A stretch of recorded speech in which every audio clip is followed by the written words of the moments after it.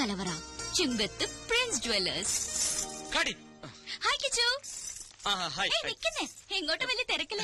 അല്പം തിരക്കുണ്ടോ? നിക്കുന്നേ, എന്താ ഭാര്യയോട് പിടക്കാണോ?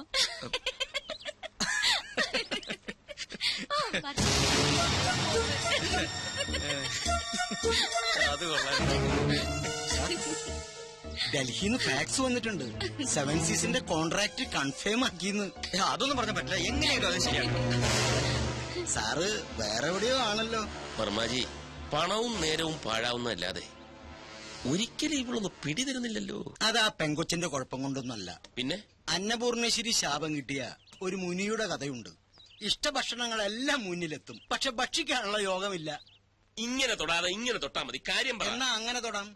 രാവിലെ ഷൂട്ടിങ്ങിനായി കൊച്ചിങ് വരും. അപ്പൊ സാറ് തിരക്കില്. സാറ് ഫ്രീ ആവുമ്പോ കൊച്ചു ഹോസ്റ്റലിലെത്തും. പിന്നെങ്ങനെ? തെളിച്ചു പറ. ഞാനൊരു പ്ലാൻ പറയട്ടെ. ഒരു ഔട്ട്ഡോർ ഷൂട്ടിംഗ് പ്ലാൻ ചെയ്തൂടെ? ഇതിന്റെ ബാക്കി വല്ല ഊട്ടിയിലോ ബാംഗ്ലൂരിലോ പോണ്ടിച്ചേരിയിലോ മറ്റോ.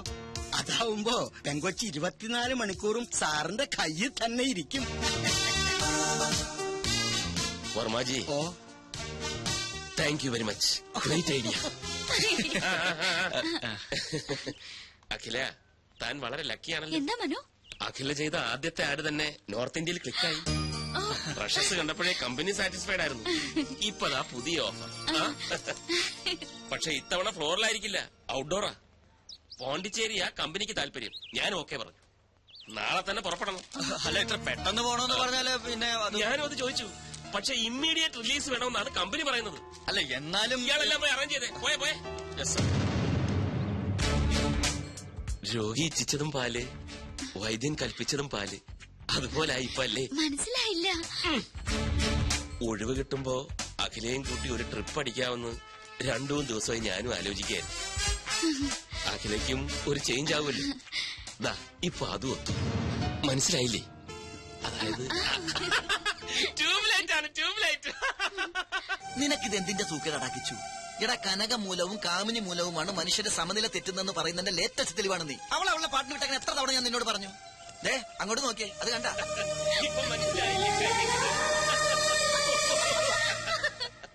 ആ സന്തോഷം നിനക്ക് കൊടുക്കാൻ പറ്റോ? പറ്റില്ല. എന്തുകൊണ്ട്?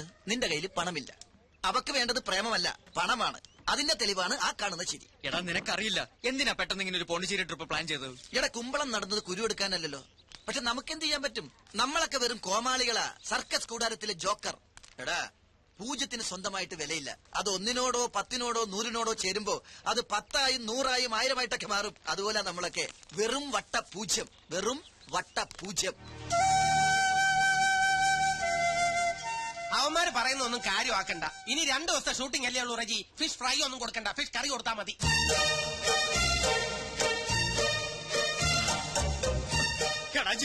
എന്താ നീ അറിഞ്ഞ എന്ത്?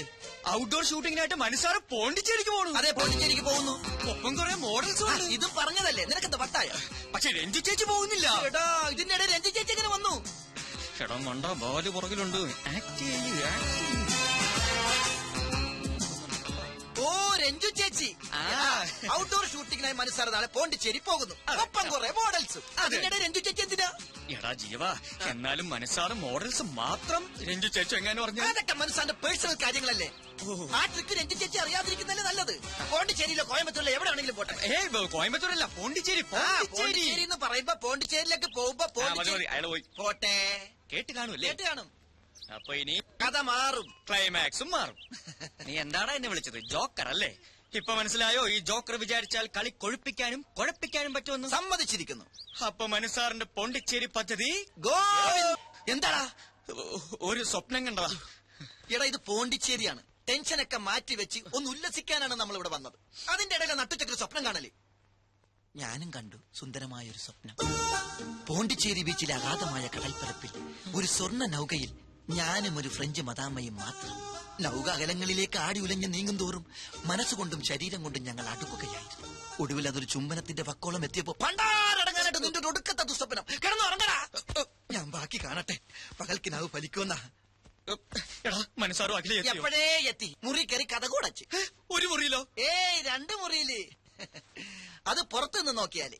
അകത്താണെങ്കിലോ രാത്രി കൂടുവിട്ട് കൂടുമാറാൻ ഇടയ്ക്കൊരു മരവാതിൽ മാത്രം. മരവാതിലോ എന്ന് വെച്ചാ? ആശാരിമാര് മരം കൊണ്ട് പണിയുന്ന വാതിലിനാണ് മരവാതിൽ എന്ന് പറയുന്നത്. എടാ മനുസാറിന് അകലെ കാണാൻ പുറത്തിറങ്ങണ്ട, അകത്തൂടി തന്നെ ഒരു പൊനാങ്കി വാതിലുണ്ടെന്ന് അർത്ഥം. അല്ല ഈ വാതിലില്ലാത്ത ഞാൻ ആ സ്വപ്നം ഒന്ന് ഫിനിഷ് ചെയ്തോട്ടെ പ്ലീസ്.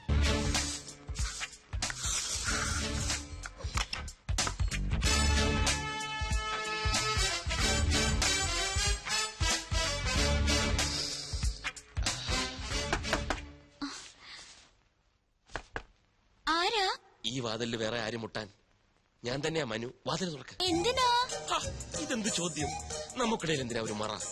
നമുക്കെന്തായാലും സംസാരിച്ചിരിക്കാം. തുറക്ക് തുറക്ക് തുറക്ക്. എനിക്ക് ഉറക്കം വരുന്നു മനു, ഞാൻ കിടന്നു കഴിഞ്ഞതാ. നമുക്ക് നാളെ സംസാരിക്കാം. അപ്പൊ അതൊന്നും പറഞ്ഞാൽ പറ്റത്തില്ല.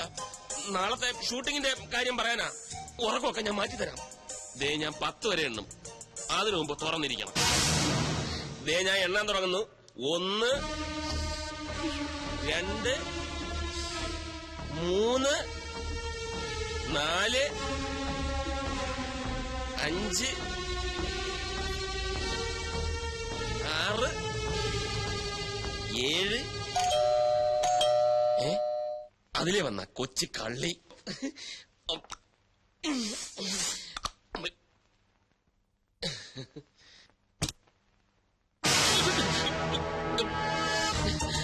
നീ ഇവിടെ വെൽക്കം.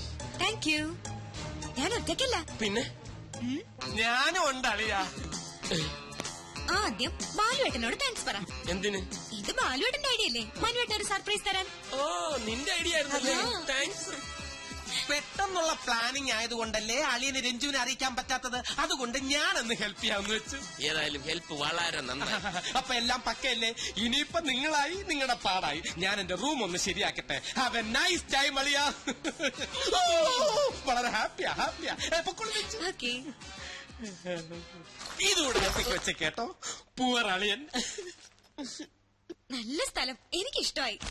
അതെ, നമ്മുടെ ഹണിമൂൺ ഇവിടെ വരായിരുന്നു അല്ലേ മനുവേട്ട? കറക്റ്റ്. ഞാനും അതിനെപ്പറ്റി ആലോചിച്ചു. ഒന്നും ചോദിച്ചില്ലല്ലോ. എവിടെ നമ്മുടെ ഹണിമൂൺ കപ്പിൾസ്? ആര്? കിച്ചു അഖിലേയും. ഓ നമ്മുടെ വിച്ചുവകിലേയും അവരവരെ മുറി കാണും. നമുക്ക് പോയി കാണാം. വേണ്ട വേണ്ട. അതെന്താ? നീ എന്തായി പറയുന്നത്? നമ്മൾ അങ്ങോട്ട് എന്ന് കാണാനോ? നമ്മുടെ ശമ്പളം പറ്റുന്നവർ ഇങ്ങോട്ട് വന്നല്ലേ കാണേണ്ടത്?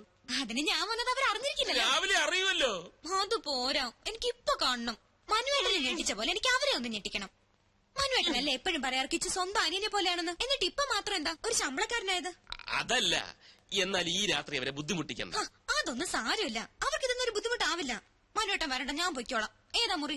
അത് വേണ്ട, ഞാനിവിടെ വരാം. പക്ഷെ ഈ വേഷത്തിൽ വേണ്ട. യാത്ര ചെയ്ത് വന്നതല്ലേ, ഒന്ന് ഫ്രഷ് ആയിട്ട് വരൂ. അത് കറക്റ്റ്.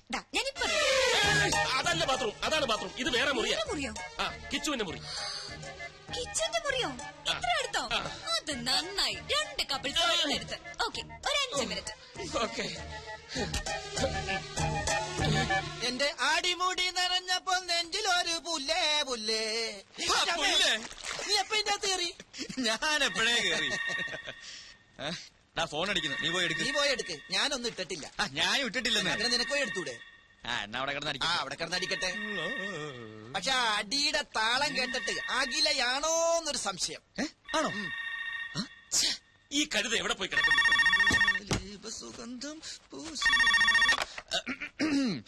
ഹലോ, നീ അവിടെ എന്തെടുക്കുക? ചെവി കേട്ടൂടെ നിനക്ക്? അപ്പൊ മനസ്സാറായിരുന്നോ? എന്താ സാർ? നീ വേഗം അഖിലയുടെ മുറിയിലോട്ട് ചെല്ല്. എന്തിനാ സാർ? എടാ രഞ്ജു, ആ പണ്ടാരക്കാരൻ ബാലുവും കൂടെ വന്നിട്ടുണ്ട്. അവക്കിപ്പൊ നിന്നെ അഖിലെ ഒരുമിച്ച് കാണണമെന്ന്. നിന്നെ അവിടെ കണ്ടില്ലെങ്കിൽ ആ കൂടെ കുഴപ്പമാവും. പെട്ടെന്ന് അങ്ങോട്ട് ചെല്ല്. അല്ല സാർ, അങ്ങനെ പെട്ടെന്ന് പോകാൻ പറ്റിയ അവസ്ഥയിലല്ല ഞാനിപ്പോ. അതൊന്നും എനിക്ക് കേൾക്കണ്ട. ഏതവസ്ഥയിലായാലും ഇപ്പൊ ചെല്ലണം. വേഗം. ശരി സാർ. ജീവ, അവള് മുറിയിലേക്ക് ചെല്ലാൻ പറഞ്ഞു അല്ലേ? അതേ പറഞ്ഞു. കൂട്ടിന് ഞാനും വേണോ? വേണോന്നോ? തീർച്ചയായും വേണം. പിന്നെ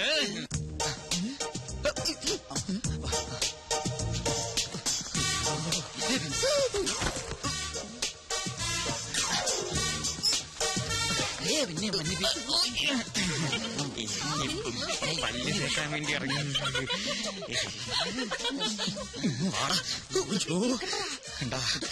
മാനം കാത്തത് കണ്ടാ? ഇല്ലെന്നേ, പിന്നെ വിളിച്ചിട്ടേ ഇല്ല. അതൊക്കെ ഞാൻ മാനേജ് ചെയ്തോളാം. Don't worry Jyotsna. Good night. ഈ വേഷത്തില് അലി കുളിച്ചോണ്ടിരിക്കുമ്പോ പെട്ടെന്ന് വരാൻ പറഞ്ഞു. പുറത്തു പോയില്ലെങ്കിൽ ഞാൻ ബഹളം ഉണ്ടാക്കും. പുറത്തു പോയാൽ ബഹളമാകും. ഞാൻ മനസ്സാറിനെ വിളിക്കും കേട്ടോ. അയ്യോ, മനസ്സാറ് പറഞ്ഞിട്ടാ. മനസ്സാറ് പറഞ്ഞിട്ടോ? അതായത് രഞ്ജു ചേച്ചി വന്നിട്ടുണ്ടെന്നും വേഗം അങ്ങോട്ട് ചെല്ലാനും മനസ്സാർ പറഞ്ഞു. അങ്ങോട്ട് ചെല്ലാൻ പറഞ്ഞ അങ്ങോട്ടല്ലേ ചെല്ലണ്ടേ? അയ്യോ അങ്ങോട്ടെന്ന് പറഞ്ഞാ അങ്ങോട്ടല്ല ഈ ഇങ്ങോട്ട്. ഇങ്ങോട്ടോ? അതായത് രഞ്ജു ചേച്ചി വന്നിട്ടുണ്ടെന്നും വേഗം അഖിലയുടെ മുറിയിലേക്കും ചെല്ലാൻ മനസ്സാർ പറഞ്ഞു. അവരിപ്പോ നമ്മളെ കാണാൻ ഇങ്ങോട്ട് വരും. നമ്മളെ കാണാൻ അപ്പൊ ഞാൻ വേണ്ടേ? കിച്ചു, അതായത് ടവൽ അഴിയാതെ സൂക്ഷിക്കണേ. അത് ഞാൻ നോക്കിക്കോളാം.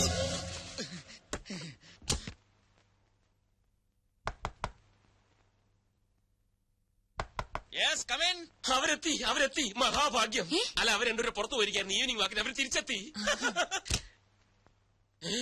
കിച്ചു, സാർ എന്തുപറ്റി? വെറുതെ കിടക്കുക. ഹായ് രഞ്ജു ചേച്ചി, സർപ്രൈസ്. ഇത് എപ്പ എത്തി? കുറച്ചു നേരമായി. മണി 8 ആയല്ലേ ഉള്ളൂ. അതിനു മുമ്പ് ഉറക്കമായോ? ഉറങ്ങേ, അത് കുറച്ച് കഴിയും. ഈ എ സിയുടെ തണുപ്പിൽ ഇങ്ങനെ കെട്ടിപ്പിടിച്ച് കിടക്കാൻ നല്ല സുഖല്ലേ അല്ലേ ഡാർലിംഗ്?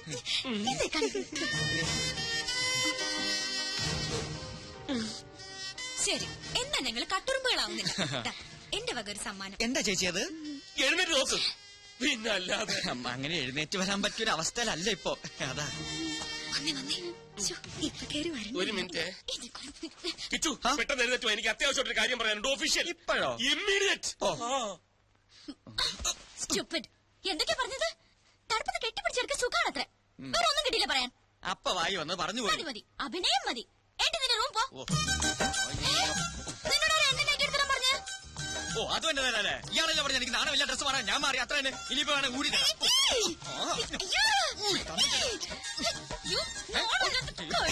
എന്താ കാണിക്കുന്നത്?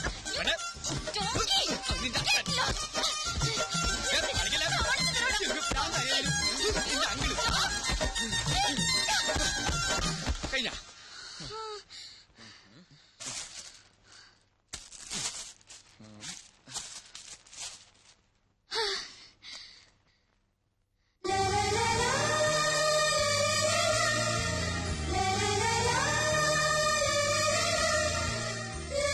എന്താ കിച്ചു അത്? രഞ്ജു ചേച്ചിയുടെ ഗിഫ്റ്റാ. Made for each other.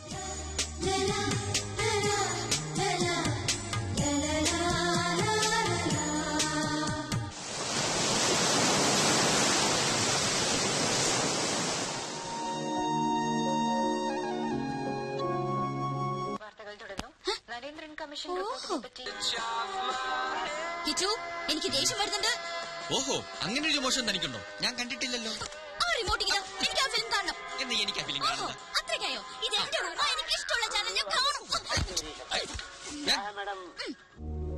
Remote remote തരാൻ ഇവിടെ കളിക്കില്ല. റിമോട്ട് തരാൻ.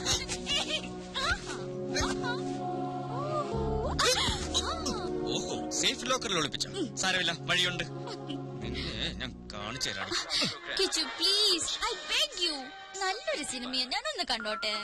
അങ്ങനെ സോഫ്റ്റ് ആയിട്ട് പറ. എന്നാ കണ്ടോ മാതാമയുടെ ഒരു ഇംഗ്ലീഷ് പടം. സൗണ്ട് ഇല്ലല്ലോ.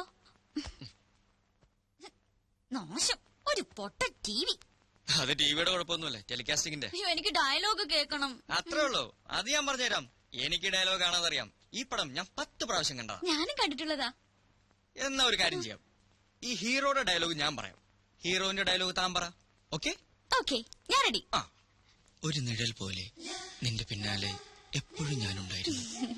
എന്നിട്ടും നിന്റെ മനസ്സ് പഠിക്കാൻ എനിക്കിനിയും കഴിഞ്ഞിട്ടില്ല. എന്നിൽ നിന്നും നീ അകലുകയാണോ അതോ അടുക്കുകയാണോ? എവിടെ നിന്നാണ് ഞാൻ അതിന് ഉത്തരം കണ്ടെത്തേണ്ടത്?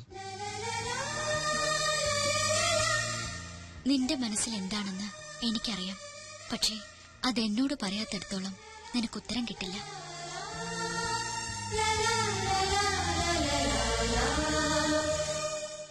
ആഞ്ഞടിക്കുന്ന തിരമാല പോലെയാണ് എന്റെ മനസ്സിപ്പോൾ. ആഗ്രഹിക്കുന്ന സ്വർഗതീരത്തണയാൻ കൊതിക്കുകയാണത്. രഞ്ജു, എന്താ നീ കാണിക്കുന്നത്? പതുക്കെ. കപ്പിൾസ് നല്ല റൊമാൻറ്റിക് മൂഡില. കേട്ടു നോക്കി. മറ്റൊരാൾക്ക് സമ്മാനിച്ച അനുരാഗത്തെ മോഹിക്കുന്നത് തെറ്റാണെന്ന് മനസ്സ് പറയുന്നുണ്ടെങ്കിലും പിന്മാറാനാവുന്നില്ല. എന്റെ പ്രേമത്തിന്റെ പനിനീർ പൂക്കൾ ഈ അവസരങ്ങളിൽ ഞാൻ വർഷിച്ചോട്ടെ. എന്താ ഇത്? നന്ദി കേട്ടവൻ, ചതിയൻ, കാണിച്ചു കൊടുക്കാൻ ഞാൻ. മനുവേട്ടാ, എന്താ ഇത്? പിന്നല്ലാതെ ഇതൊക്കെ വീട്ടിൽ പോയി ചെയ്യേണ്ട കാര്യങ്ങളല്ലേ. വൃത്തികെട്ടവൻ.